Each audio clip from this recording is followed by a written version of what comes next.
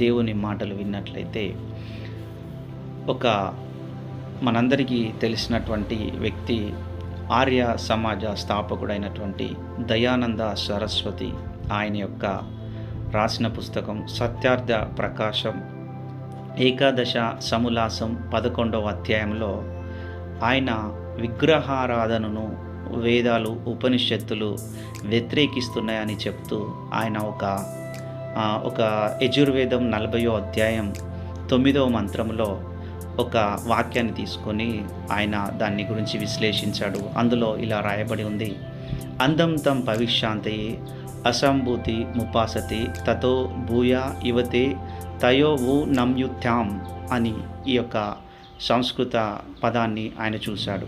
అక్కడ దాని యొక్క అర్థాన్ని మనం చూసినట్లయితే, అందంతం భవిష్యాంతయే అసంభూతి ముపాసతే, ఎవరైతే దేవుడు కాకుండా సంభూతి అనగా పంచభూతములు అంటే దేవుడు కాకుండా దేవుని చేత ఉత్పన్నమైన వాటిని ఆరాధిస్తారో వారు అందంతం భవిష్యాంతయే అంధకారములోనికి ప్రవేశిస్తారట. అంటే ఎవరైతే ఆ పంచభూతాలు అని సృష్టికర్తను కాదని సృష్టిలో ఉన్న వాటిని ఆరాధిస్తారో వారు అందంతం భవిష్యాంతయే అంధకారంలోనికి ప్రవేశిస్తారట. అసంభూతి ముపాసతే, పంచభూతములను ఎవరైతే ఆరాధిస్తారో అని ఆయన చెప్పడం జరిగింది. ప్రియమైన దేవుని ప్రజలారా, ఇంకా ఆయన చూసినట్లయితే యజుర్వేదం 30వ అధ్యాయము 3వ మంత్రంలో కూడా నా ప్రతిమ అస్తే అని ఉన్నది. అక్కడ దాని అర్థాన్ని మనం చూసినట్లయితే, సృష్టికర్తను కాకుండా అతనికి సాదృశ్యంగా ఇంకొక రూపం అంటూ లేదు అని ఆయన చెప్పడం జరిగింది. అదేవిధంగా బైబిల్ కూడా చెప్తుంది.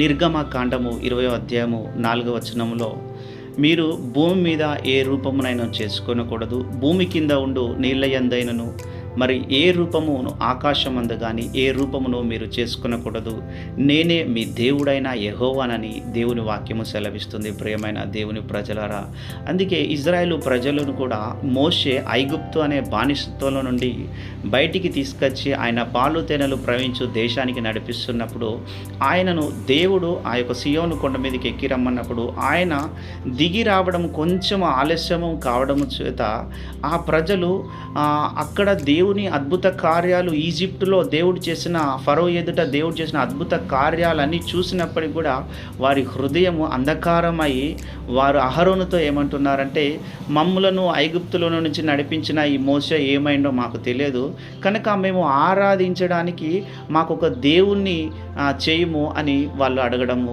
చూస్తూ ఉన్నాం. అప్పుడు వారికి ఉన్నటువంటి ఆ బంగారాన్ని తీసి ఒక దూడను తయారు చేసుకొని వారు ఆ దూడను వారు ఆరాధిస్తూ ఉన్నారు. చూడండి, సృష్టికర్తను మర్చిపోయి సృష్టిలో ఉన్న వాటిని వారు ఆరాధిస్తూ ఉన్నారు. అందుకే రోమిల్ రాసిన పత్రికలో కూడా ఒక మాట రాయబడి ఉంది. ఒకసారి మనం చూద్దాం. రోమిల్ రాసిన పత్రిక 1వ అధ్యాయము 25వ వచనాన్ని చూసినట్లయితే, అట్టివారు దేవుని సత్యమును అసత్యమునకు మార్చి సృష్టికర్తకు ప్రతిగా సృష్టమును పూజించి సేవించిరి. యుగముల వరకు ఆయన స్తోత్రార్హుడై ఉన్నాడు.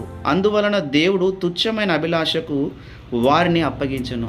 చూడండి, అంటే రోమిల్ రాసిన పత్రిక 1వ అధ్యాయం 25వ వచనంలో వారు సృష్టికర్తకు ప్రతిగా సృష్టిలో ఉన్న వాటిని వారు ఆరాధించాడట. దేవుడే వారి హృదయం అంధకారమైంది కనుక వారిని తుచ్చమైన అభిలాషకు దేవుడే వారిని అప్పగించారు. అందుకే ప్రియమైన దేవుని ప్రజలారా, కీర్తనలు 14వ అధ్యాయంలో కూడా దేవుణ్ణి వెతుకుతారేమో అని ఆయన ఆకాశం నుండి చేతులు చాసి ప్రజలు చూస్తూ ఉన్నాడట.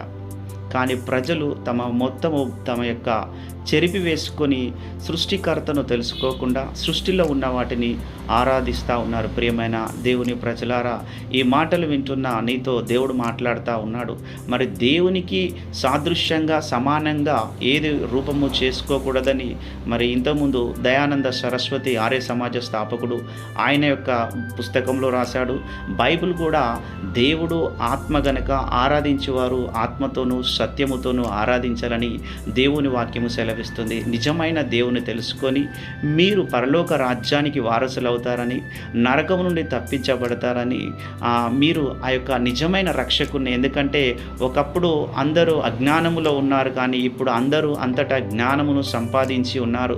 దేవుణ్ణి వెతుకులాడి తెలుసుకుంటారేమో అని ఆకాశం అందుండి దేవుడు ప్రజలను పరిశోధిస్తున్నాడు. ప్రియమైన దేవుని ప్రజలారా, ప్రభువు రాకట అతి త్వరితముగా ఉంది కనుక అనేకులు సత్యమును తెలుసుకొని ప్రభు యొక్క కృపలో మరి ఎదుగుతూ నిజమైన రక్షకుని అంగీకరించి మీ ఆత్మలను మీరు కాపాడుకోవాలని, సొంత రక్షకుడిగా మీరు ఆ సృష్టికర్తను అంగీకరించి, సృష్టికర్తను కాకుండా సృష్టిలో ఉన్న వాటి వలన మరి ఎటువంటి ప్రయోజనం లేదు. ప్రియమైన దేవుని ప్రజలారా, అవి మాయా స్వరూపములని దేవుని వాక్యం కూడా సెలవిస్తుంది. నిజమైన దేవుని అంగీకరించి మీ ఆత్మను రక్షించుకొని నరకం నుండి తప్పించుకొని పరలోక రాజ్యానికి వారసురాలు కావాలని ప్రభుపేట ఈ మాటలు తెలియజేస్తూ నా మాటలు ముగిస్తా ఉన్నాను.